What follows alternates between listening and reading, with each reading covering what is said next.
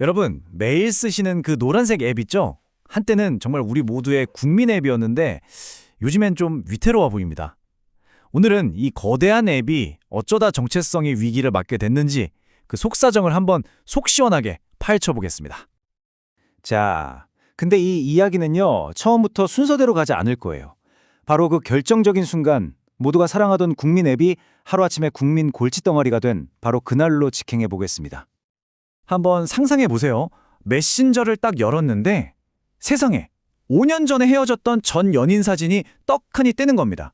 그것도 내가 분명히 확실히 지웠던 사진이요. 이게 대체 무슨 일일까요? 나의 사적인 역사가 그냥 모두에게 공개되는 기능이 돼버린 거죠. 1.1. 네, 이게 바로 앱스토어에서 받은 새로운 평점입니다. 이 충격적인 사생활 침해에 분노한 사용자들이 등을 돌리면서 하룻밤 사이에 그냥 곤두박질 친 거죠. 흥미롭게도 병무청 앱이랑 같은 점수였다고 하네요. 참 씁쓸하죠. 아니 그런데 이렇게 잘 나가던 앱이 어쩌다 이 지경까지 됐을까요? 이 추락을 제대로 이해하려면 우리가 먼저 기억해야 할 게 있습니다. 바로 이 앱이 얼마나 눈부시게 성공했었는지, 왜 무려 4,700만 명이나 되는 사람들이 이 앱 없이는 못 살게 되었는지 말이죠. 성공 비결은요, 사실 너무나도 간단했습니다. 그땐 우리 다들 문자 보낼 때 건당 돈 냈잖아요. 글자 수 제한도 있고 사진 보내면 화질도 깨지고 이걸 그냥 한 방에 해결해 준 거예요. 공짜에 실시간이고 뭐든 보낼 수 있고 그야말로 모두가 간절히 원하던 해결책이었죠. 정말 모든 게 순식간이었습니다. 2010년에 딱 나타나서 2년 만에 애니팡이라는 게임으로 대박을 터뜨리고 또 2년 뒤에는 거대 포털이랑 합병하면서 그야말로 거인이 된 거죠. 타이밍도 완벽했고 제품 자체를 사람들이 너무너무 좋아했고요. 그리고 한번 자리를 잡으니까 이제는 다른 걸 쓸 수가 없게 된 거예요. 왜냐고요? 내 친구, 내 가족, 회사 동료까지 전부 다 이 앱을 쓰니까요. 이게 바로 그 무서운 네트워크 효과라는 건데 한번 시장을 선점하면 그냥 게임이 끝나버리는 겁니다. 자, 이렇게 온 국민을 자기네 앱 안에 다 모아놓고 나니까 이 회사의 야망이 슬슬 바뀌기 시작합니다. 단순한 메신저 회사를 넘어서 우리 디지털 생활의 모든 걸 지배하겠다는 생각으로요. 택시 부르는 거, 은행 업무, 음악 듣는 거, 심지어 미용실 예약, 꽃 배달, 부동산까지. 아니 이게 다가 아니에요. 자회사가 140개가 넘는다고 합니다.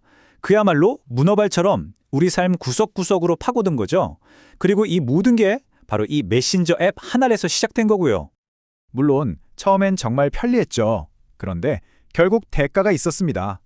슬그머니 수수료를 올리고 자기네 식구들한테만 코를 몰아주는 식으로요. 도와주겠다던 소상공인들은 오히려 더 힘들어지고 말 그대로 배신감을 느끼게 된 겁니다. 그리고 투자자들을 정말 화나게 한 사건이 있었죠. 바로 쪼개기 상장이라는 건데요. 이게 뭐냐면 회사에서 돈 제일 잘 버는 알짜배기 사업부들 있잖아요. 뭐 페이먼트나 뱅킹 같은 거요. 그걸 쏙 빼내서 다른 회사로 만들어 상장시켜버리는 거예요. 그럼 원래 회사에 투자했던 사람들은 뭐가 됩니까? 속빈 강정만 남게 되는 거죠. 경영진은 돈방석에 앉고요. 이러니 꼼수다, 배신이다 이런 비판이 나올 수밖에요. 겉으로 보기엔 정말 철옹성 같은 제국이었죠. 하지만 그 안에서는 서서히 균열이 생기고 있었습니다. 사용자의 신뢰가 깨지고 가장 중요했던 핵심 제품이 흔들리기 시작한 거죠. 이 데이터 한번 보세요. 좀 걱정스럽지 않나요? 사람들이 유튜브나 인스타그램은 점점 더 많이 보는데 정작 이 노란색 앱에서 보내는 시간은 오히려 줄고 있어요.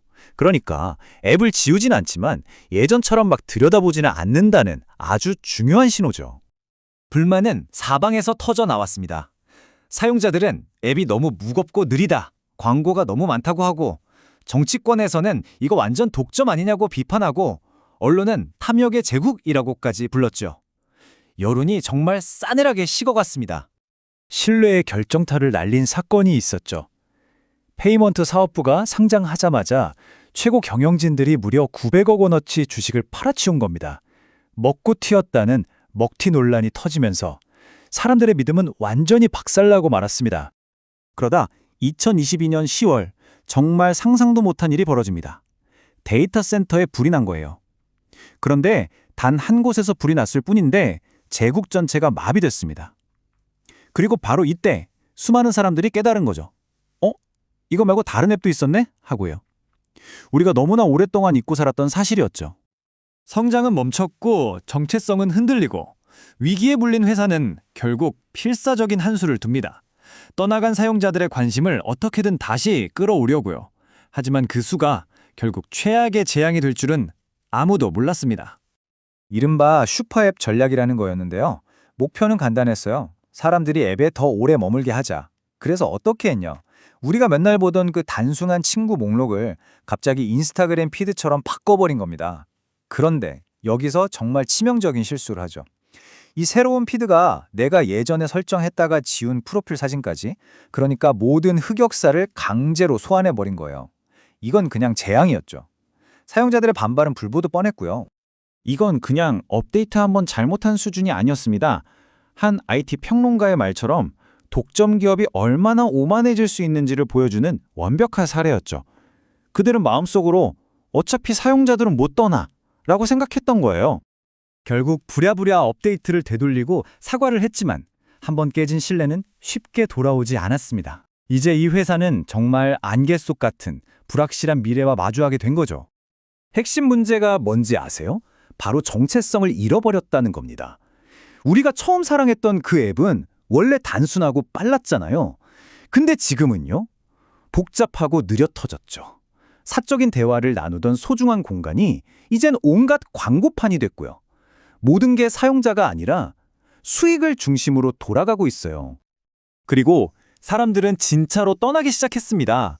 이 사건 이후에 텔레그램 다운로드 수가 일주일 만에 100만 건이 넘게 늘었다고 해요. 역사상 처음으로 사용자들이 이 앱은 이제 못 쓰겠다 하면서 대안을 찾아 적극적으로 움직이기 시작한 겁니다.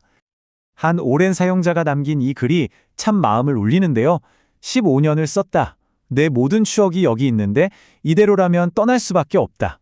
제발 우리가 사랑했던 그 메신저로 돌아와 달라.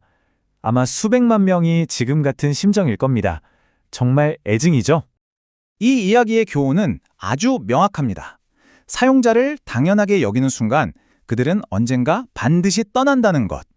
자, 과연 이 길 잃은 거인은 다시 사람들의 마음을 되찾을 수 있을까요?